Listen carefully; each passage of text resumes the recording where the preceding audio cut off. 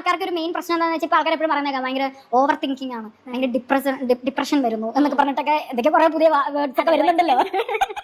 Mood swings എന്നൊക്കെ പറഞ്ഞിട്ട് ഞങ്ങൾ ചുമ്മാ പറയും പണ്ടത്തെ പട്ട് തന്നെ ഡിപ്രഷൻ പുതിയ പേര്. ഗാലറി ഇരുന്നേ നമുക്ക് കളി കാണാൻ വളരെ രസമാണ്, വളരെ എളുപ്പമാണ്. പക്ഷെ കളത്തിലോട്ട് ഇറങ്ങിയ കുറച്ച് ബുദ്ധിമുട്ട്. അതുപോലെ തന്നെയാണ് എല്ലാ സൈക്കോളജിക്കൽ ഇഷ്യൂസ് എന്നും പറയുന്നത്. മാറിയിരുന്ന് വട്ടാണെന്ന് പറഞ്ഞ് കൈകൊട്ടിച്ചിരിക്കാൻ വളരെ എളുപ്പമാണ്.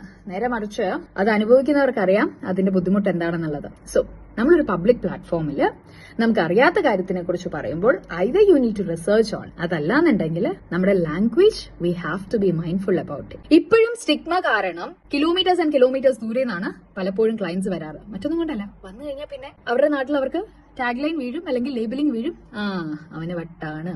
അത് പേടിച്ച് even for the slightest thing ഒരു സൈക്കോളജിസ്റ്റിനെയോ സൈക്കാട്രിസ്റ്റിനെയോ കാണണമെന്നുണ്ടെങ്കിൽ 100 തവണ നമ്മൾ ആലോചിക്കും. So please be mindful when you are saying something. അത് മാത്രമല്ല, if you are suffering from any psychological issues, please understand you are the one to validate your feeling. And നിങ്ങൾക്ക് പണിയില്ലാത്തത് കൊണ്ടോ നിങ്ങൾ week ആയതുകൊണ്ടോ ഒന്നുമല്ല നിങ്ങൾക്ക് ഈ ഒരു പ്രോബ്ലം വന്നിരിക്കുന്നത്.